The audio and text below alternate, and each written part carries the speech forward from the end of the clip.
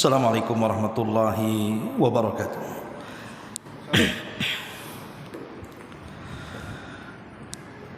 Alhamdulillah wassalatu wassalamu ala Rasulillah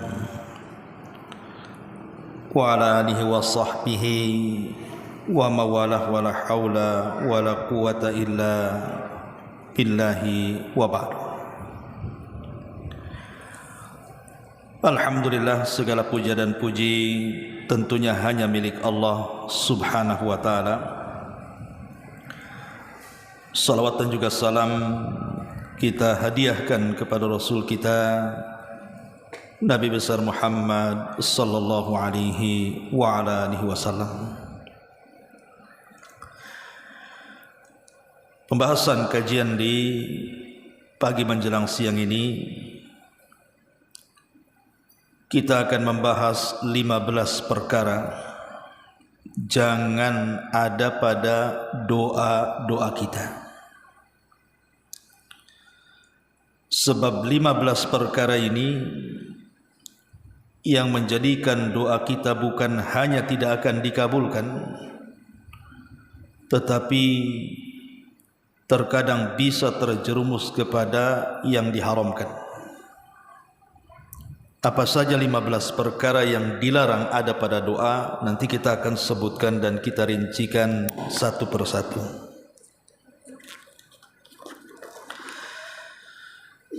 Ma'asyiral muslimat yang dimuliakan Allah subhanahu wa ta'ala, kita tahu bahwa doa itu adalah seutama-utama ibadah. Dan itu disebutkan dalam sebuah hadis. Nabi SAW bersabda, "Laisa syai'un aqram indallahi minad du'a."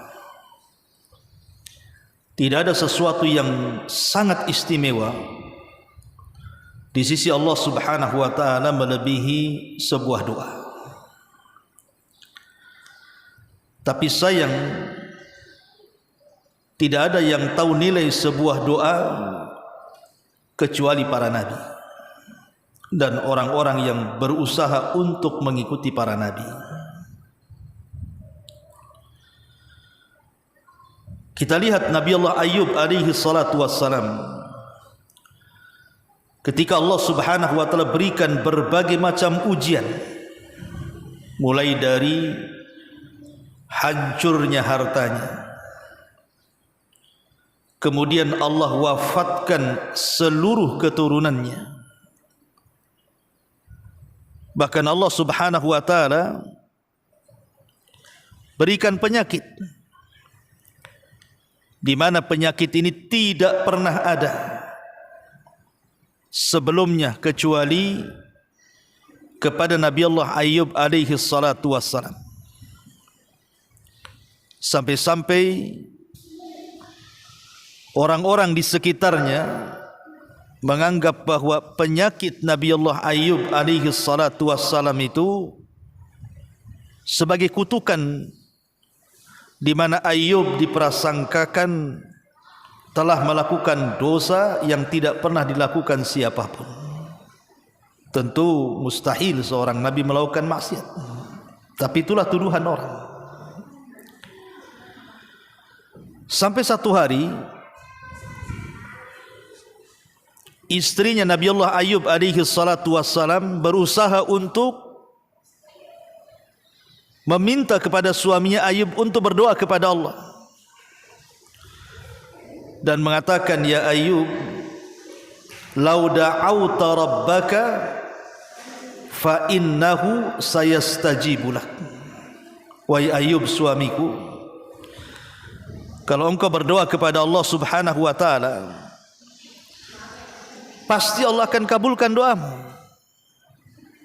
karena engkau seorang yang saleh, engkau seorang nabi, tidak mungkin tidak dikabulkan doanya. Tapi kemudian Nabi Allah Ayub alaihi salatu wassalam mengatakan kepada istrinya, mengingatkan akan nikmat dan mengatakan, "Wahai istriku, berapa banyak Allah telah memberikan nikmat kepada kita." Maka istrinya mengatakan 70 tahun. Maka Ayub mengatakan, musibah yang baru menimpa kita ini belum sampai 70 tahun, masih 18 tahun. Kalau seandainya aku mau sabar dengan musibah yang hanya baru 18 tahun dibandingkan dengan nikmat Allah yang 70 tahun, tidak imbang. Akhirnya kemudian istrinya pun terdiam. Sampai satu hari ada dua orang yang merupakan pengikut Nabi Allah Ayub alaihi salatu wasalam yang masih setia,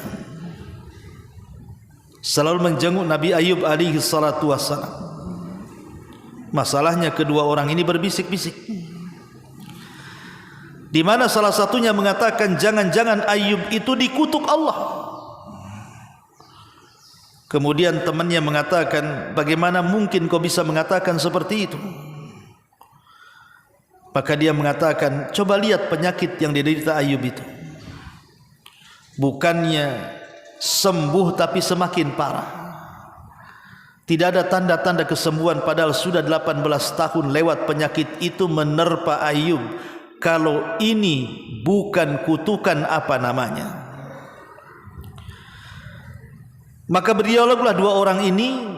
Qadarullah, dialognya terdengar ke telinga Ayub. Maka Nabi Allah Ayub alaihi salatu wasallam langsung berdoa kepada Allah subhanahu wa ta'ala dan mengatakan, Rabbi inni massaniyadh-dhurr wa anta arhamur rahimin. Ya Rabb, aku tahu engkau yang menimpakan madarat ini kepadaku, tapi aku tahu juga bahwa engkau zat yang maha penyayang dari seluruh hamba-hambamu penyayang. Seolah-olah Ayub mengatakan bahwa penyakit yang dideritanya dan musibah yang menimpanya tidaklah Allah timpakan kepada dia, melainkan karena kasih sayang seorang Khalik kepada makhluknya, seorang pencipta kepada hamba-hambanya. Akhirnya kemudian setelah Ayub alaihi salatu wasallam terus berdoa dan mengatakan, Rabbi inni massaniyadh-dhurr wa anta arhamur rahimin, maka Allah katakan, fastajabnalah, kami pun mengijabah doa Ayub. Akhirnya Allah kembalikan seluruh kekayaannya, Allah kembalikan seluruh keturunannya, dan Allah sembuhkan penyakit-penyakitnya. Begitulah nilai sebuah doa, Bu. Tidak ada yang mustahil bagi Allah. Maka jangan pernah bosan untuk berdoa. Ada perkara-perkara yang mungkin kita anggap mustahil, tapi bagi Allah itu mungkin, Bu. Tidak ada yang mustahil bagi Allah, walaupun kita menganggap mungkin, walaupun kita menganggap mustahil. Bagi Allah semuanya mungkin, karena innallaha ala kulli syai'in qadir. Allah itu atas segala sesuatu maha mampu. Maka jangan pernah bosan berdoa. Tetapi walaupun demikian, ada perkara-perkara yang dilarang dalam doa. Inilah pembahasan yang kita akan bahas. 15 perkara tidak boleh dilakukan saat berdoa.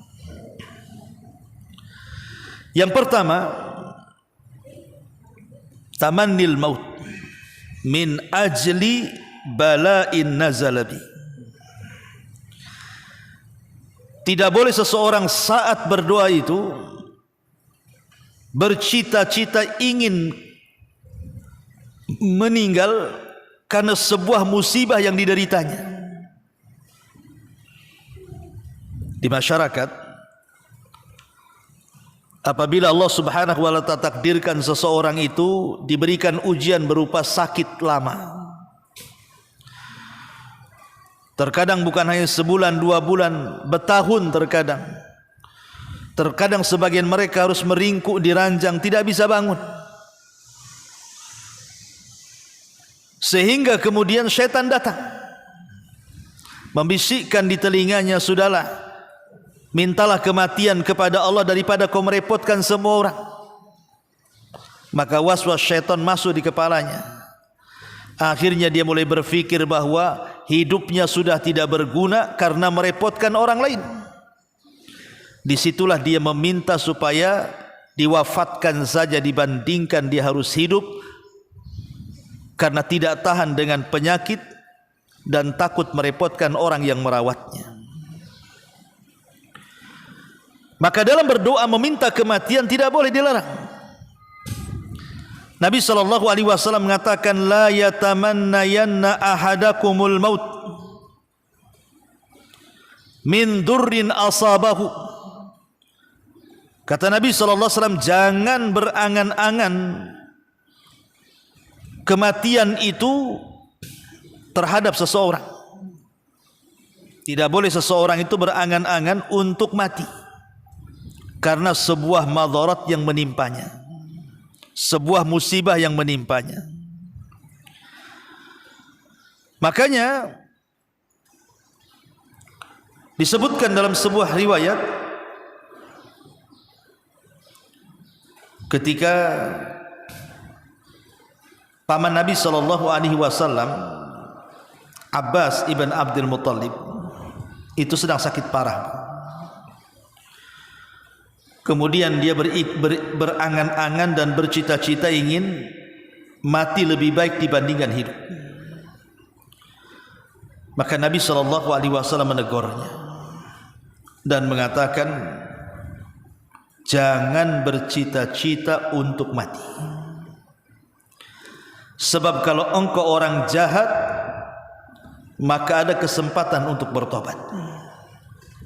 Dan kalau engkau orang baik, ada kesempatan untuk menambah amal ibadah. Akan tetapi kata Nabi SAW, fa in kana wala bud fa'ilan, kalau memang harus berkeinginan untuk mati karena tidak tahan dengan penyakitnya, tidak tahan dengan musibahnya, tidak tahan dengan fitnahnya, maka Nabi SAW mengatakan, maka hendaklah dia berdoa kepada Allah, Allahumma ahyini ma kanatil hayatu khairan li wa tawaffani idza kanatil wafatu khairan li. Ya Allah, hidupkan aku kalau kehidupan ini lebih baik bagiku, tapi wafatkan aku segera kalau memang wafat ini lebih baik bagiku. Itu kalau harus berdoa dengan bercita-cita ingin mati, maka katakan doanya seperti itu.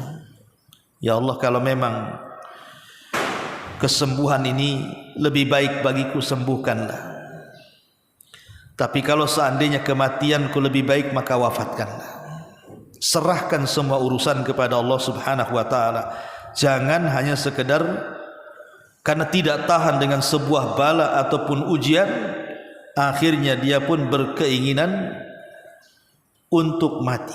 Makanya Khabbab ibn Arad radhiyallahu anhu, dia mengatakan, laula anna Rasulullah sallallahu alaihi wasallam nahana an tamannil maut la da'autu bi. Rawahul Bukhari Muslim.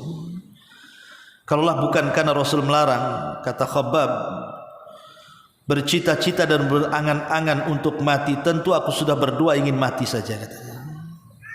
Masalahnya Rasul larang, tidak boleh. Kenapa Khabbab ngomong begitu?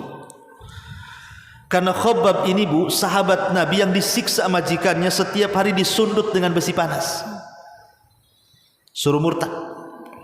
Karena dia seorang budak dan dia bekerja kepada pandai besi, tuannya orang kafir musyrik.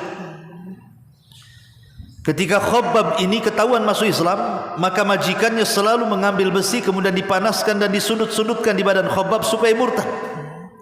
Akhirnya dia tidak tahan. Satu sisi dia harus mempertahankan akidah Islam, sisi lain dia mendapatkan siksaan.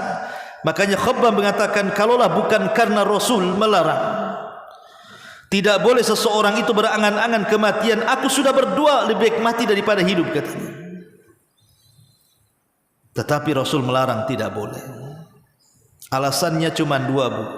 Kalau kita orang jahat, dengan diberikan kehidupan yang lama, ada waktu bertobat.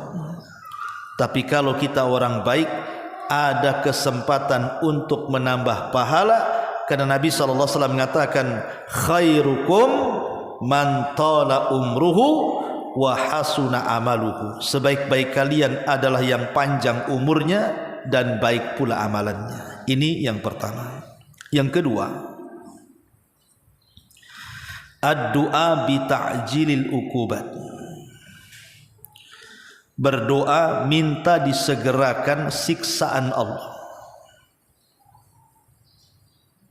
Pamannya dia mengatakan, ya Allah, enggak apa-apa kau siksa aku di dunia, tapi jangan kau siksa aku di akhirat. Enggak boleh mengatakan seperti ini. Kan kesannya bagus itu kan. Daripada di akhirat masuk neraka, sekarang aja ya Allah kalau mau nyiksa siksa aja aku, katanya. Enggak akan kuat kita. Dalam sebuah hadis dari Anas radhiyallahu an, Nabi SAW diceritakan bahwa ada rajulan minal muslimin qad khafata fasara mislal farakhi. Faqala lahu Rasulullah sallallahu alaihi wasallam, hal kunta tad'u bi syai'in aw tas'alhu iyyahu? Qala na'am. Kuntu aqul Allahumma ma kuntu mu'aqibi bihi fil akhirati fa'ajilhu li fid dunya. Faqala an-nabiy sallallahu alaihi wasallam, subhanallah, la tutiquhu aw la tastati'uhu, afala qul Allahumma atina fid dunya hasanah wa fil akhirati hasanah wa qina adzaban nar. Qala fada Allahu lahu fasyafa. Jadi diriwayatkan dari Anas radhiyallahu anhu, Nabi SAW pernah menjenguk seseorang dari kaum muslimin yang sakit dan sangat kurus bagaikan anak burung. Saking parahnya sahabat ini, udah lama sakitnya, akhirnya badannya mengering dan mengurus dan tidak kunjung sembuh. Lalu Nabi SAW bertanya kepada sahabat yang sakit lama sampai kurus ini, apakah kamu pernah berdoa dengan sesuatu atau kamu pernah meminta dengan sesuatu? Maka orang ini mengatakan, iya, aku pernah berdoa wahai Rasul. Ya Allah, jika engkau akan menyiksaku di akhirat, maka segerakan siksa itu untukku di dunia. Itu doanya. Ya Allah, kalau seandainya engkau akan masukkan aku ke neraka, jangan. Lebih baik kau siksa aku saja di dunia, tapi di akhirat jangan kau masukkan aku ke neraka. Maka Nabi SAW mengatakan, subhanallah, kamu tidak akan mampu, kamu tidak akan sanggup.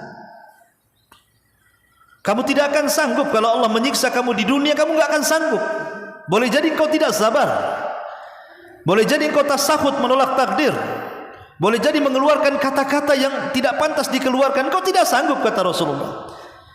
Sebaiknya berdoalah dengan doa, Rabbana atina fid dunya hasanah wa fil akhirati hasanah wa qina adzabannar. Ya Allah, berikan kepada kami dunia yang baik, akhirat yang baik, dan peliharalah kami dari azab neraka.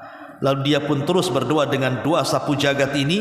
Akhirnya Allah sembuhkan penyakitnya. Jadi yang kedua, Bu, jangan berdoa meminta disegerakan siksa. Kita tidak akan sanggup. Tapi mintalah di dunia diselamatkan dari siksa Allah, di akhirat juga kita diselamatkan dari azab Allah, dan kita juga dimasukkan ke dalam surga. Kan enak tuh. Ya. Ini yang kedua. Yang ketiga, berdoa menengadahkan tangan ke langit, bukan membalikkan tangan ke bumi. Kan ada orang yang berdoa itu begini, bukan begini. Kata Rasul, berdoa seperti ini, bukan seperti ini. Karena saya lihat ada orang kalau minta kebaikan begini, kalau minta tolak bala diputar pula tangannya, akhirnya telapak tangannya ke bawah, punggung pula ke atas. Kata Nabi SAW, idza sa'altumullaha fas'aluhu bi butuni akufikum wa la tas'aluhu bi dhuhuriha wamsahu biha wujuhakum. Kata Nabi SAW, apabila kalian meminta kepada Allah, maka mintalah dengan kedua telapak kalian, tengadahkan kedua telapak kalian ke langit. dan jangan dengan punggung telapak tangan kalian, dan usaplah dengannya wajah-wajah kalian. Sebagian ulama ada yang mensahihkan hadis ini, ada yang melemahkan hadis ini. Bagi yang mensahihkan artinya mengusap setelah berdoa tidak ada masalah. Tapi bagi yang melemahkan tentu tidak perlu mengusap. Tapi jangan diingkari orang yang mengusap ataupun orang yang mengusap kepada yang tidak mengusap. Kan ini masalah kesahihan dan kelemahan hadis. Hadisnya satu. Tapi syahidnya di sini adalah jangan kalian berdoa dengan punggung telapak tangan, tetapi telapak tangan itulah yang kemudian diangkat tinggi-tinggi ke langit. Baik doa meminta kebaikan ataupun doa menolak bala, tetap kita angkat seperti ini, kedua tangan kita ke langit, makin dahsyat, makin tinggi lagi, sejajar dengan telinga. Ini juga harus dipahami. Kenapa? Karena ketika kita mengangkat kedua tangan dalam doa masalah, maka Nabi SAW pernah mengatakan, Innallaha hayyun karim,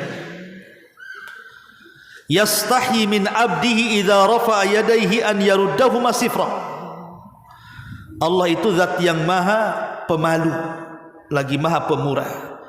Allah malu kalau ibu menengadahkan kedua tangan ke langit, kemudian meminta kepada Allah, tiba-tiba Allah kosongkan kedua tangan kita. Allah malu, pasti Allah akan beri. Karena di antara syarat istijabah doa adalah mengangkat kedua tangan. Maka ini perkara yang ketiga. Perkara yang keempat, jangan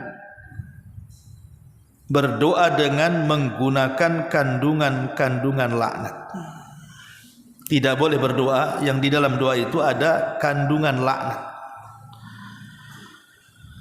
Dalam sebuah hadis yang dikeluarkan Imam Muslim, kata Nabi SAW, la tad'u ala anfusikum wa la tad'u ala auladikum wa la tad'u ala khadamikum wa la tad'u ala amwalikum la tuwafiku minallahi sa'atan yus'alu fiha ata fayustajabu lakum.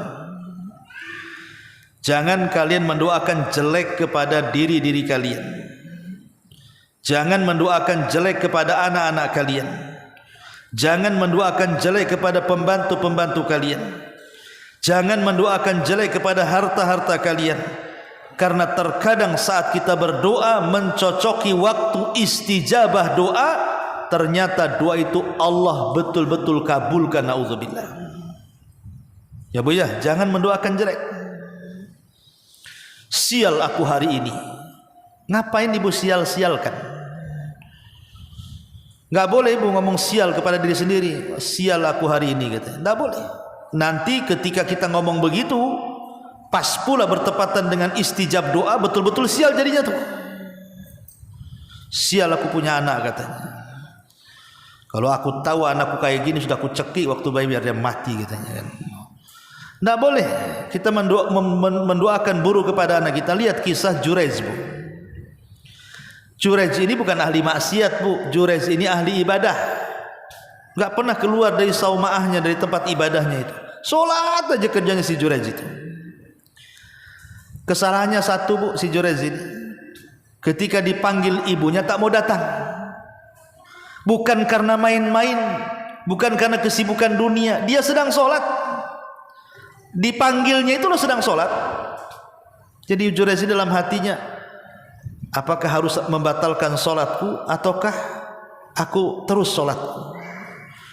Kalau aku batalkan sholatku, aku durhaka kepada Allah. Kalau aku tidak membatalkan sholatku, aku durhaka kepada orang tua. Akhirnya ditimbang-timbang, lebih baik durhaka kepada orang tua dibandingkan durhaka kepada Allah. Akhirnya dia meneruskan sholat. Padahal harusnya Jurayj membatalkan, kan itu sholat sunnah, bukan sholat wajib. Karena panggilan orang tua lebih wajib dibandingkan sholat sunnah.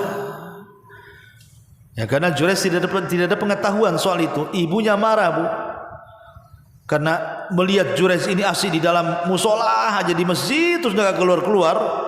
Ibunya sampai mengeluarkan kalimat-kalimat laknat Bu, dan mengatakan, ya Allah, jangan kau wafatkan putraku si Jureid sampai kau kirim wanita pelacur itu supaya dia enggak di masjid terus katanya. Rupanya setelah ibunya meninggal, terkadang doa itu tidak lantas hari ini berdoa besok dikabulkan. Terkadang sudah lama, sudah lupa, baru dikabulkan oleh Allah Azza wa Jalla. Betul. Akhirnya si Jureid didatangi wanita pelacur persis seperti doa ibunya. Digodanya si Jureid, tapi Jureid pun tidak bergeming karena kuat keimanannya. Sampai akhirnya si pelacur ini membuat khilah, membuat makar, berzina dengan seorang penggembala, akhirnya hamil, kemudian punya anak, dituduhlah Jureid yang menghamili dan itu anak si Jureid. Oh, marah Bani Israel.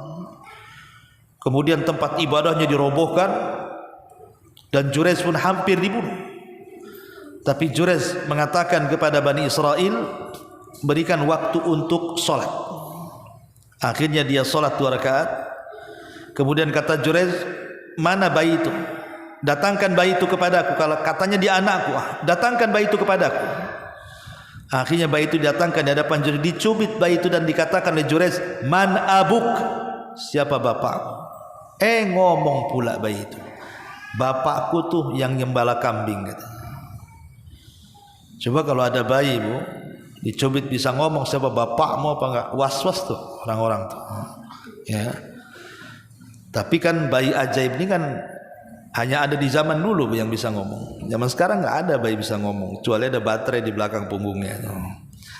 Intinya bahwa jangan mendoakan keburukan. Ingat pernah saya ceritakan bu, ada ini kejadian Timur Tengah. Seorang syekh bercerita. Jadi ketika anaknya masih kecil, anaknya itu masih remaja, wajar lah kalau anak remaja itu nakal kan bu ya. Itu kembali kepada pendidikan orang tua biasanya.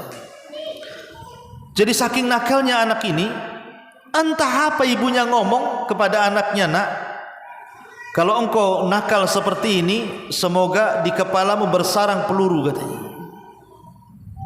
Hanya ngomong itu saja sekali. Saking jengkelnya orang tua sampai mengatakan semoga di kepalamu bersarang serongsong peluru katanya.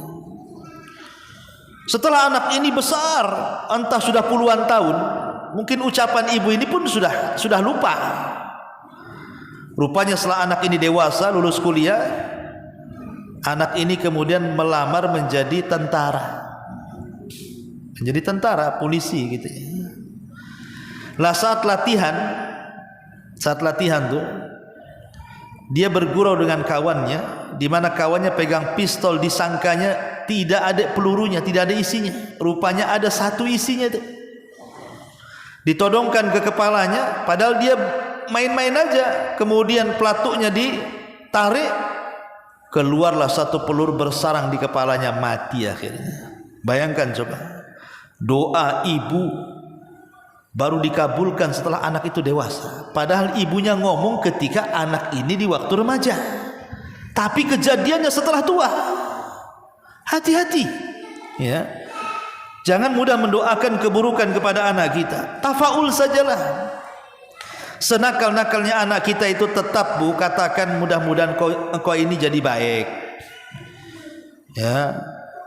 Kalau paman jengkel-jengkelnya sama anak-anak tuh, tetap aja bu katakan kalimat-kalimat yang baik. Contoh pamannya seperti Sesudes kecil itu kan nakal juga bu.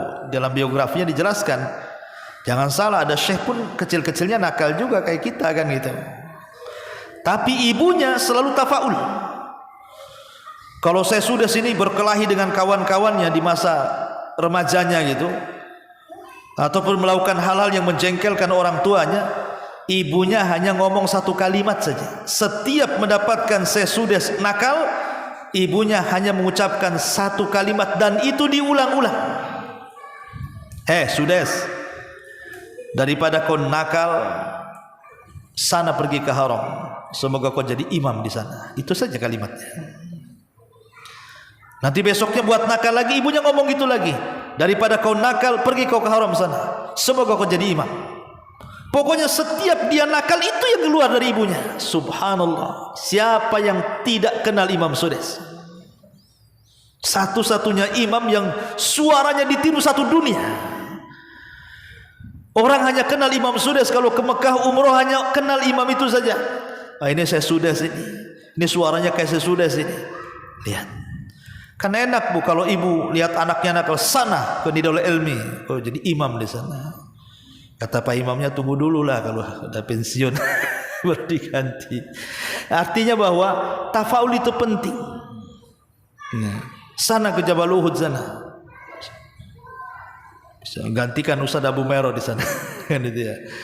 Jadi supaya tafaul itulah mungkin ketika kita mengucapkan kalimat seperti itu di waktu yang mustajab doa.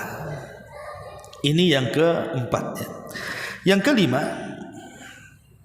jangan berdoa di dalam doa itu terkandung qati'atur rahim. Di dalam doa itu memutus silaturahim. Pamannya ada orang tua yang jengkel dengan kelakuan mantunya. Ya Allah, sudahlah, nggak usahlah jodohkan lagi anak saya dengan suami, ya Allah, mudah-mudahan keduanya cerai, keduanya pisah. Nggak boleh. Masa orang tua doain anaknya supaya cerai? Ya. Nggak boleh, karena itu terkandung memutus silaturahim. Kata Nabi SAW dalam sebuah hadis, apa kata Nabi SAW? Ma min muslim yad'ullaha bida'watin laisa fiha ithmun wala qati'atur rahim illa a'tahu Allahu biha ihda thalathin. Tidaklah seorang muslim berdoa kepada Allah dengan doa yang di dalamnya tidak terkandung unsur memutus silaturahim atau terkandung unsur perbuatan-perbuatan dosa. Ya Allah, bangkrutkan tuh usaha si kawan tuh. Ya Allah, mudah-mudahan ketabrak dia. Ya Allah, mudah-mudahan mati aja dia. Ya Allah, pokoknya dia mendoakan hal-hal yang ada perbuatan dosa di dalamnya. Kalau kita berdoa dan tidak ada unsur itu memutus silaturahim atau perbuatan dosa, Allah pasti kabulkan dengan 3 pengabulan. Pertama, disegerakan doanya. Yang kedua, disimpan doanya untuk di akhirat, untuk mengangkat derajatnya di sorga. Atau yang ketiga, boleh jadi mungkin Allah kabulkan dengan cara yang lain karena hikmahnya, karena kemaslahatan. Ini yang kelima. Yang keenam, ad-du'a bitahjiri rahmah. Kalau ibu berdoa, jangan membatasi rahmat Allah. Jangan membatasi rahmat Allah. Ya Allah, hujani desa saya saja, desa sebelah jangan. Itu tidak boleh Bu. Ya. Ya Allah, kasih rezeki saya saja, tetangga nggak boleh. Ya Allah, warung saya saja yang ramai, warung sebelah sepikan. Tidak boleh, itu membatasi rahmat Allah. Ya. Berdoa membatasi rahmat Allah tidak boleh Bu. Rahmat Allah ini luas. Masa berdoa seperti itu? Ya Allah, anak saya aja yang cerdas, anak orang bodohkan aja. Nah, itu kan nggak boleh Bu. Itu membatasi rahmat Allah. Kenapa demikian? Karena ada hadis Nabi SAW ketika ada Arab Badui kencing di masjid. Ya, di zaman Rasul Bu ada Arab Badui, namanya Badui nggak sekolah, masuk ke masjid kencing pula di pojok. Masjid kok dikencingi? Marahlah para sahabat nih. Hampir-hampir sahabat ini mau melakukan kekerasan kepada si Badui tadi. Tapi Rasul tahu. Kata Rasul, da'uhu, tinggalkan dia, biar aku yang mengatasinya. Akhirnya kemudian Nabi SAW mendekati Arab Badui yang sedang kencing itu dan mengatakan setelah selesai kencing, wahai fulan, masjid ini tempat sholat, tempat baca Quran, tempat berzikir. Rasul tidak mengatakan bukan tempat kencing, enggak. Justru objeknya tidak disebutkan tuh. Hanya mengingatkan fungsi masjid. Masjid ini tempat sholat, tempat zikir, tempat baca Quran. Dengan lembutnya Nabi SAW, akhirnya hatinya Arab Badui ini terenyuh dengan ucapan Nabi. Ketika kemudian Arab Badui ini melihat akhlak Nabi yang begitu tinggi dan begitu luhur, tiba-tiba dia mengucapkan, Allahumma arhamni wa Muhammadan wa la tarham minhum ahada. Ya Allah, rahmati aku dan Muhammad saja, dan jangan kau rahmati tuh yang melotot-melotot sama aku tuh, katanya. Yang mau jahat sama aku tuh jangan kau rahmati, katanya. Aku aja dengan Muhammad, katanya. Apa kata Rasul? Laqad hajjarta wasi'an. Laqad hajjarta wasi'an. Engkau sudah membatasi nikmat Allah yang luas. Jangan membatasi nikmat Allah. Jadi Buya, jangan membatasi nikmat Allah, nikmat dan rahmat Allah Subhanahu wa taala dalam setiap doa. Ini yang ke-6, yang ke-5, yang ke-7. Jangan mengucapkan doa seperti ini, Bu. Allahumma inni la as'aluka raddal qada walakinni as'aluka lutfa fihi. Ya Allah, aku tidak memohon kepadamu untuk mengubah takdirmu kepadaku, namun aku hanya memohon agar engkau bersikap lembut kepadaku. Jangan ucapkan kalimat ini. Ya Allah, aku tidak memohon kamu untuk mengubah takdirku. Tidak apa-apa takdirku seperti ini, tapi tolonglah tampakkan kelembutanmu kepadaku. Tidak boleh, ya. Karena doa sendiri adalah merubah takdir. Doa lo bisa merubah takdir. Dia malah mengatakan apa? Ya Allah, nggak apa-apa, aku terima takdirmu, katanya. Tapi berilah kelembutanmu kepadaku. Justru kita meminta kepada agar takdir kita dirubah. Yang tadinya sakit jadi sembuh, yang tadinya fakir jadi kaya, ya, yang tadinya susah jadi senang, yang tadi banyak masalah dihilangkan masalahnya. Bukankah Rasul mengatakan la yarudul qada illa doa? Tidak ada yang bisa menolak ketentuan Allah kecuali doa. Maka tidak boleh kita ini mengatakan seperti itu, tapi mintalah perubahan takdir kepada Allah Subhanahu wa taala. Karena bagaimanapun Al-Imam Al-Bukhari membuat bab dalam sahihnya, bab man ta'awwadza billahi min darkis syaqa wa su'il qada wa qauluhu ta'ala qul a'udzu birabbil falaq min syarri ma khalaq thumma saqa qaulun nabi SAW. Dan firman Allah, katakanlah aku berlindung kepada dari kejahatan ciptaannya. Kemudian beliau mengambil sabda Nabi SAW, mohonlah perlindungan kepada Allah dari bencana yang berat, dari kecelakaan, dan dari takdir yang buruk. Jadi kita minta supaya takdir kita ini dirubah. Ya, jangan ngomong ya Allah tidak apa-apalah kamu tidak merubah takdirku pun, tapi tolonglah tampakkan kelembutanmu. Enggak boleh mengucapkan kalimat ini. Kenapa? Karena kita minta supaya dihindarkan dari keburukan. Ya, dengar enggak Bu ya? Dengarlah ya. Saya kan kenceng juga teriak-teriak nih. Enggak apa-apa, serak-serak, tapi yang penting Ibu dengar ya. Qadarullah listrik mati. Enggak apa-apa, sauna sebentar Bu ya. Ini yang nomor 7. Nomor 8, al-i'tida'u fid doa, berlebihan dalam doa. Jangan melampau dalam doa Bu. Apa melampau dalam doa itu? Melampau dalam doa itu terkadang dia meminta sesuatu yang tidak boleh diminta. Contoh umpamanya, ya Allah, kekalkan aku di dunia. Ini kan melampau. Manusia pasti mati, kau minta kekal pula. Ya Allah, kalau bisa aku nggak pernah makan, nggak pernah minum, tapi aku hidup terus. Ya nggak mungkin. Manusia itu makan minum. Ya, masa mintanya kayak gitu? Ya. Umpamanya ya Allah, buat aku kaya terus sampai kiamat. Nggak bisa, ya kan? Orang itu kadang pasang surut. Ya Allah, sehatkan aku sampai kiamat. Nggak bisa, kan itu ya? Itu melampau namanya. Nggak boleh.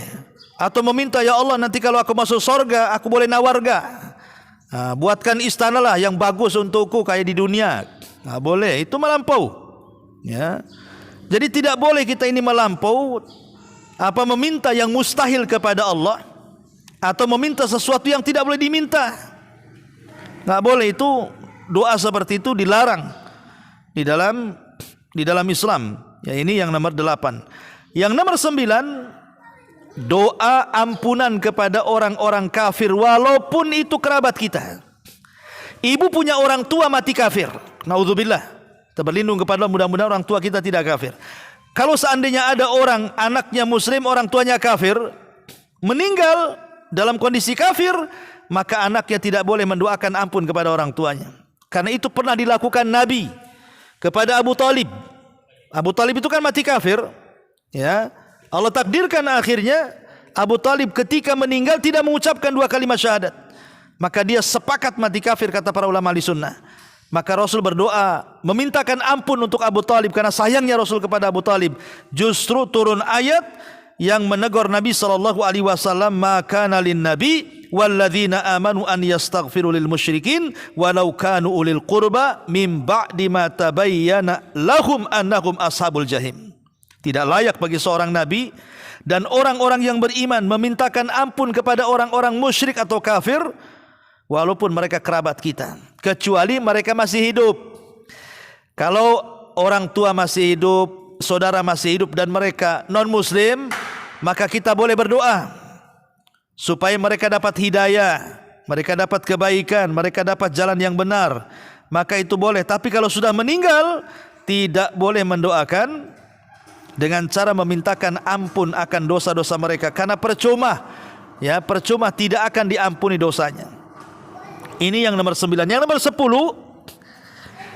jangan berdoa yang ada kandungan kesyirikan. Jangan berdoa yang di dalamnya terkandung kesyirikan.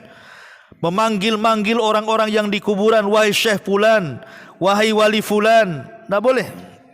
Minta itu kepada Allah, bukan kepada kuburan fulan dan fulan. Makanya Rasul mengatakan kepada Abdullah ibn Abbas radhiyallahu anhuma, idza sa'alta fas'alillah wa idza sta'anta fasta'in billah. Kalau minta, minta langsung kepada Allah. Kalau minta pertolongan, mintalah pertolongan langsung kepada Allah. Jangan minta kepada kuburan fulan dan fulan. Ya, karena itu kesyirikan, dosa hukumnya, dosa besar. Maka hindari doa yang terkandung unsur kesyirikan di dalamnya. Ini yang ke-10. Yang ke-11, meninggalkan adab dalam berdoa. Ada orang yang tidak punya adab dalam berdoa, seperti memanggil Allah umpamanya dengan sebutan ya Rabbal Kilab, ya Rabba Al-Hinzir, ya Rabbal Qiradah. Tidak boleh. Wahai Rabb pencipta anjing, wahai Rabb pencipta babi, wahai Rabb pencipta kera-kera, aku meminta kepadamu. Tidak boleh. Ya memang anjing, babi, kera itu Allah yang ciptakan, tapi ya beradablah. Ya. Seperti apa? Wahai Rabb pencipta langit dan bumi, kan itu kan enak itu dengarnya kan.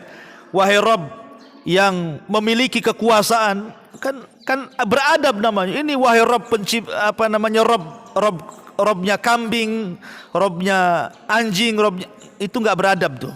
Jangan seperti itu. Walaupun betul memang kambing yang menciptakan Allah, tapi kurang beradab.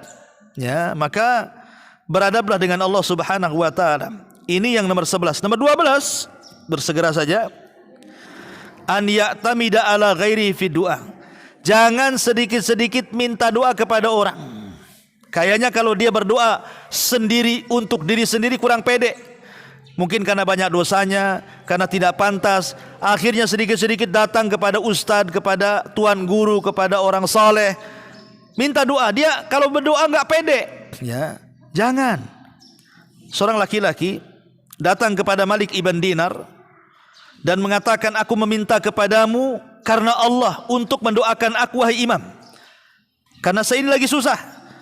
Maka kata Malik ibn Dinar mengatakan kepada orang ini, idzan fas'alhu, kalau begitu berdoalah, enggak usah minta doa dari aku. Kenapa? Karena posisi kamu ini sedang diijabah, karena kau susah, ya. Jadi berdoa itu diri sendiri dulu, ya, baru kemudian kalaupun harus meminta doa orang lain, maka mintalah kepada orang saleh.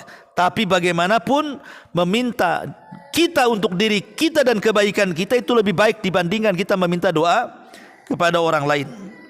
Ini yang nomor 12. Yang nomor 13, Al-ya'su wa qillatul yakin min ijabati doa. Kurang yakin kalau doanya akan dikabulkan tuh. Kayaknya kurang yakin nih. Kenapa saya sudah sering doa kok penyakit saya kok nggak diangkat-angkat ya. Saya sering doa kok usaha saya kok nggak dilancar-lancarkan ya. Saya sering doa kok saya belum ada perubahan ya. Nggak yakin ya. Ya, nggak boleh. Doa itu harus yakin. Karena Nabi SAW yang mengatakan seperti itu, wa antum muqinuna bil ijabah. Kamu harus yakin bahwa Allah akan mengabulkan doa kita. Tidak di dunia, di akhirat. Dan tidak ada ruginya orang berdoa. Kemudian yang 14, al-mubalaghatu fi raf'i saut. Kencang dalam suara, wa tarkibil kalimat, dan juga menyusun kata. Disusun kayak orang syair, Bu, ya. Kan ada doa itu disusun dulu teksnya, kemudian dibaca. Tidak perlu Allah itu tahu doa-doa kita. Tidak perlu kita susun kata-katanya. Oh, ibu minta apa saja, Allah sudah tahu. Belum lagi kita katakan, Allah sudah tahu. Maka jangan takalluf, membeban-bebankan diri dengan merangkai kata dan suara berteriak-teriak. Karena Allah itu dekat dengan kita, Dia tidak jauh sehingga harus berteriak, dan cukup khufiyah. Ya, samar-samar saja. Dan yang terakhir tentunya an-nadharu ila sama fid du'a. Tengadahkan wajah kita ke langit, Bu. Jangan doa itu sambil tengok. Ini doa apa ini? Ada orang doa itu tengok enggak jelas, Bu. Sambil doa sekali-kali nengok ke kanan, nengok ke kiri, ke belakang, ke depan. Itu enggak khusyuk. Doa itu perlu kehusyuan. Ya, jadi jelas arah doanya kemana. Itulah meminta kepada Allah Subhanahu wa ta'ala. Dan doa itu sesuai dengan yang kita hajatkan. Apa yang kita hajatkan itulah yang kita minta kepada Allah Subhanahu wa ta'ala. Wallahu a'lam bishawab. Sudah jam 11 juga, dan kondisinya juga mati ya, Bu ya. Udahlah, nggak ada soal jawab. Kita tutup dengan doa kafaratul majlis. Subhanakallahumma bihamdika asyhadu an la ilaha illa anta astaghfiruka wa atubu ilaik. Allahu ta'ala alam. Assalamualaikum warahmatullahi wabarakatuh.